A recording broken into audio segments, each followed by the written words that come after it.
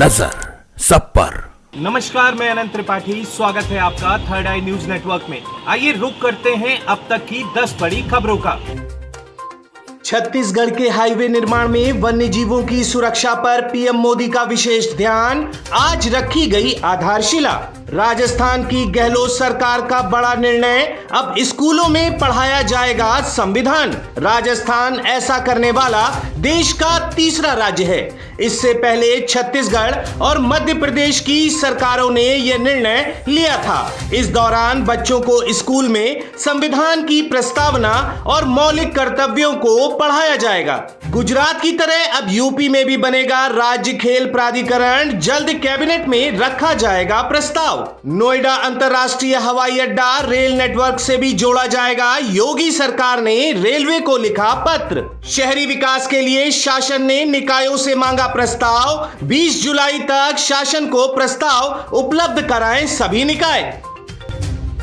मानहानि मामले में राहुल गांधी की सजा रहेगी बरकरार, संसद सदस्यता नहीं होगी बहाल। गुजरात हाई कोर्ट का फैसला, पुनर्विचार याचिका खारिज। इस मामले में राहुल गांधी को 2 साल की सजा हुई थी, जिसकी वजह से उनकी संसद सदस्यता रद्द हो गई थी। अब कांग्रेस सुप्रीम कोर्ट का रुख करेगी। इसके अलावा उन पर 6 साल चुनाव लड़ने की भी रोक लगी थी। अब हाई कोर्ट ने राहुल गांधी की सजा बरकरार रखी है, यानी वह लंबे समय तक लोकसभा चुनाव नहीं लड़ पाएंगे। मध्य प्रदेश राजस्थान सीमा विवाद को लेकर उदयपुर में आज होगी बैठक। इसमें 15 जिलों के कलेक्टर व एसपी भी भाग लेंगे। बैठक में राजस्थान के राज्यपाल कलराज मिश्र और मध्य प्रदेश के राज्यपाल मंगू भाई पटेल मौजूद रहेंगे। 2 राज्यों के राज्यपाल के साथ इस तरह की उदयपुर में पिछले 15 सालों में तो पहली बैठक है। बैठक में दोनों राज्यों के अफसर एक दूसरे के सामने सीमा को लेकर अपने विचार रखेंगे। दरअसल इस साल राजस्थान और मध्य प्रदेश में विधानसभा चुनाव होना है। इसमें कानून व्यवस्था से लेकर बॉर्डर की गतिविधियों पर भी फोकस रखने के लिए पूरा जोर है। दोनों राज्यों के बीच आने वाले इलाकों में कानून व्यवस्था बनी रहे, इसीलिए यह बैठक आयोजित की गई है। सीएम शिवराज सिंह चौहान के आदिवासी शख्स के पैर धोने पर विपक्ष का हमला तेज, मायावती ने बताया नाटकबाजी तो शिवपाल यादव ने कहा ओछे हथकंडे अपना रही बीजेपी। दलित या आदिवासी व्यक्ति के उत्पीड़न का कोई मसला हो तो बहुजन समाज पार्टी की मुखिया मायावती तुरंत सक्रिय हो जाती हैं। मध्य प्रदेश के पेशाब कांड को लेकर भी यही हो रहा है।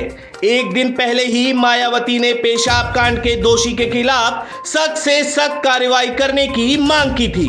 पीड़ित आदिवासी दशमत रावत के मुख्यमंत्री शिवराज सिंह द्वारा पैर धोने को मायावती ने नाटकबाजी और चुनावी स्वार्थ की राजनीति बताया है। सिर्फ मायावती ही नहीं, समाजवादी पार्टी के नेताओं ने भी शिवराज सिंह के इस कृत्य की निंदा की है। वहीं मध्य प्रदेश के आदिवासी कांड पर बरसे अखिलेश भाजपा को कोसा, बताया दलित उत्पीड़न का शर्मनाक अध्याय। विधानसभा चुनाव में सीएम फेस को लेकर सभी कयासों को कांग्रेस ने दिया विराम। स्पष्ट कह दिया है कि पार्टी बिना सीएम फेस के चुनावी मैदान में उतरेगी। बैठक में शामिल नेताओं ने सर्वसम्मति से फैसला लिया कि कांग्रेस राजस्थान चुनाव जीत सकती है, बशर्ते पार्टी में एकजुटता रहे। बैठक में सभी नेताओं ने एकजुट होकर चुनाव लड़ने का फैसला लिया। सचिन पायलट ने कहा कि कांग्रेस आलाकमान ने मेरी बात मान ली है, साथ लड़ेंगे और सरकार बनाएंगे। वहीं कांग्रेस के पूर्व छात्र नेता कन्हैया कुमार को बड़ी जिम्मेदारी एनएसयूआई का इंचार्ज बनाया गया। मानसून के दिनों में दिल्ली में जलभराव की समस्या उत्पन्न ना हो, इस दिशा में दिल्ली सरकार कर रही है तेजी से काम। 16 कंट्रोल रूम बनाए गए। राजस्व मंत्री आतिशी ने गुरुवार को बाढ़ और सिंचाई नियंत्रण विभाग और पीडब्ल्यूडी विभाग का फ्लड कंट्रोल ऑर्डर 2023 जारी किया। उन्होंने खादर इलाके में यमुना के जल स्तर के बढ़ने के कारण आने वाले बाढ़ की तैयारियों को लेकर अधिकारियों को निर्देश दिए हैं कि चेकलिस्ट के साथ राहत और बचाव कार्य में इस्तेमाल होने वाले सभी उपकरणों की जांच की जाए। बाढ़ की स्थिति में लोगों को सकुशल सुरक्षित स्थानों पर भेजने के लिए पुख्ता इंतजाम किए जाएं। शिवसेना यूबीटी के मुखपत्र सामना में केंद्र सरकार पर कटाक्ष, लिखा पेट्रोल से महंगा है टमाटर। संपादकीय में लिखा कि महंगाई को लेकर यूपीए सरकार के नाम का ढिंढोरा पीटते हुए मोदी सरकार 2014 में सत्ता में आई थी। बीते 9 वर्षों से केंद्र में लगातार उन्हीं की सत्ता है, पर महंगाई दर वृद्धि की स्थिति क्या है? साल 2023 के अंतिम महीनों में होने जा रहे विधानसभा चुनाव में 5वीं बार भी सत्ता का सुख भोगने की मंशा रख रही भारतीय जनता पार्टी पूरे राज्य में तेजी से सक्रिय है। दिग्विजय सिंह के गढ़ में दोगुनी ताकत से उतर रही बीजेपी, जनता को साधने आ रहे सिंधिया शिवराज। टाइटन पनडुब्बी हादसे के बाद सबक, ओशन गेट कंपनी ने सभी खोजी ऑपरेशन बंद किए। अटलांटिक महासागर में टाइटैनिक जहाज का मलबा दिखाने गई पनडुब्बी हादसे का शिकार हो गई थी, जिसमें सवार 5 लोगों की जान चली गई थी। ऐसे में इस हादसे से सबक लेते हुए Titan submarine company OceanGate ने अपने सभी खोजी अभियान बंद कर दिए हैं। वहीं डिप्टी सीएम बनते ही अजीत पवार फंसे कानूनी पचड़े में मुंबई की एक कोर्ट ने ईडी की चार्जशीट पर संज्ञान लेते हुए की तल्ख टिप्पणी। कोर्ट का कहना था कि अजीत पवार के करीबी लोगों ने एक सहकारी चीनी मिल की संपत्ति औने पौने दाम में हासिल की थी।